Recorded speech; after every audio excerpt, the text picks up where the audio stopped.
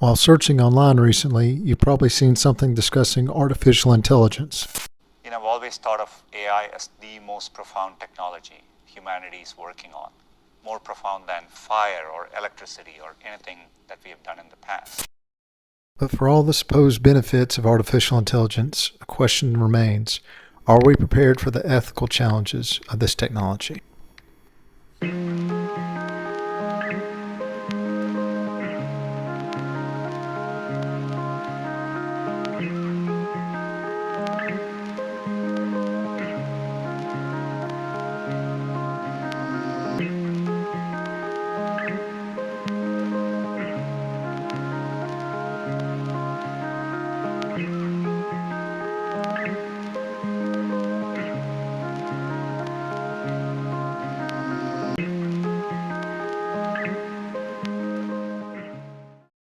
Most are aware of the decline of the Detroit auto industry.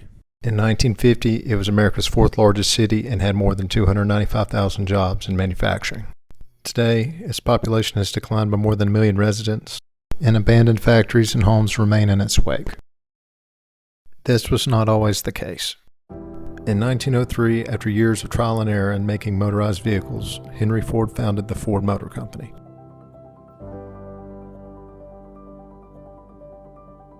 Henry Ford's first company failed after just over a year in business, though investors had contributed approximately $150,000 to the project, or $4.5 million in today's currency. His second company a year later would do likewise. With the Ford Motor Company, Henry gathered from the lessons of his previous ventures, and in 5 years he was making the most innovative vehicle in the automobile industry. Easy to drive, affordable, and made of a vanadium alloy that was twice as strong yet lighter than ordinary steel, the Model T became the best-selling car in America. Henry Ford was innovative not only with the Model T, but also in how it was produced using the assembly line. Between 1913 and 1914, the production time of the Model T was reduced from 12.5 hours to 93 minutes. Even more, Ford standardized the 5-day, 40-hour work week and doubled the pay of his workers. His innovations transformed the automobile industry, bolstered the middle class, and created a legacy that stands even today. A timely question is, how will the next great innovation affect our society? Various leaders and innovators have commented on the potential impact of AI, and the foreseeable drawbacks are concerning. Artificial intelligence could replace the equivalent of 300 million full-time jobs, according to investment bank Goldman Sachs. Jobs. IBM CEO Arvind Krishna saying that the company plans to pause some hiring in the coming years for jobs that could be replaced by artificial intelligence. British Telecoms has long been an immovable part of the British economy, but the traditional architecture of the world's oldest communications company is to be dismantled. 40% of its workforce shed within the next 7 years at the latest, much of it replaced by AI. Writer, Doctor, music producer, personal trainer, software engineer, DJ. I want to know, Can AI do my job? Though jobs are undoubtedly an area of concern with AI, its potential impact on the freedom of speech is perhaps of greater concern. 3 areas of society make this notably pertinent: U.S. debt, the distribution of wealth, and the consolidation of media companies. Or only for long-term investments, we're borrowing for immediate consumption. And any borrower, whether that's a person or a business or a government, if you borrow for immediate consumption with no long-term benefit, you're actually deteriorating your financial or fiscal future over the long run. What's really critical here is what they call debt to GDP ratio. That is your debt to the size of your economy. We're almost at 100% debt to GDP. Looking at an economy the size of the U.S., usually a stability number is around 70%. So let's put it a different way. If all Americans pitched in, it would take $94,000 from each one of us, every man, woman, and child, to pay off the national debt. Back in the year 2000, it was a relatively easy lift. The debt equaled just 36% of the combined earnings, goods, and everything the U.S. economy produced that year.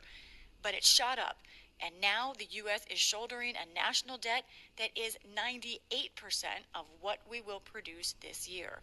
And much worse, if nothing changes, in 30 years, the debt is forecast to soar, to be nearly twice as large as everything the economy produces.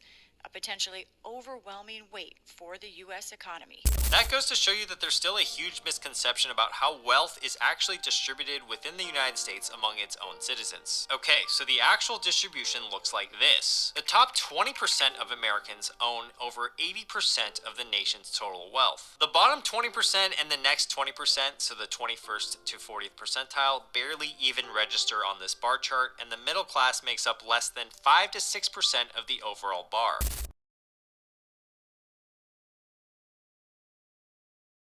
Since the early 1980s, the number of media companies controlling the bulk of U.S. media has shrunk from 50 to just 5. Comcast, Disney, National Amusements, News Corp, and AT&T. Altogether, the Big Five are worth over $400 billion, controlling something like 90% of all U.S. media, including news networks, Hollywood movie studios, and print publications.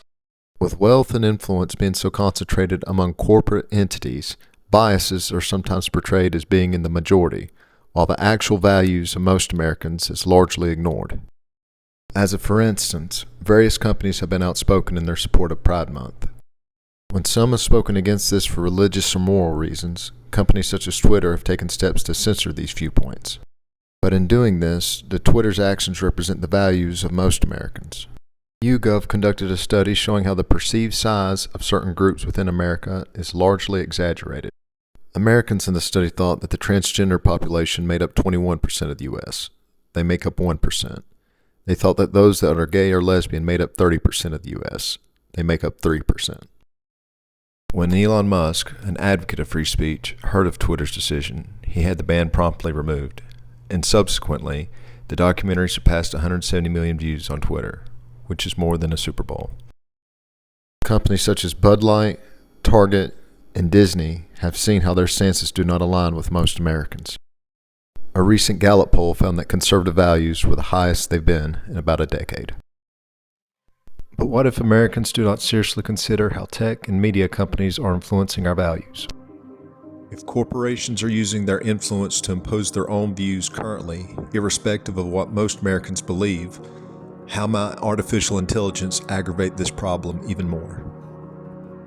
The CEO of OpenAI, the startup behind ChatGPT, warned a Senate panel on Tuesday about his fears that artificial intelligence could cause what he called significant harm to the world, and zeroed in on AI as a tool to sow falsehoods and undermine free and fair elections. If you have a super intelligent AI that is capable of writing incredibly well and in a way that is very influential, convincing, and is constantly figuring out what is more convincing to people over time, and then enters social media, for example, Twitter, but also Facebook and others, and potentially manipulates public opinion in a way that is very bad. How would we even know? So I wanted to get inspiration from some of the best speeches in the world. Bard's replies come from a self-contained program that was mostly self-taught. Our experience was unsettling. Confounding. Absolutely confounding. Bard appeared to possess the sum of human knowledge.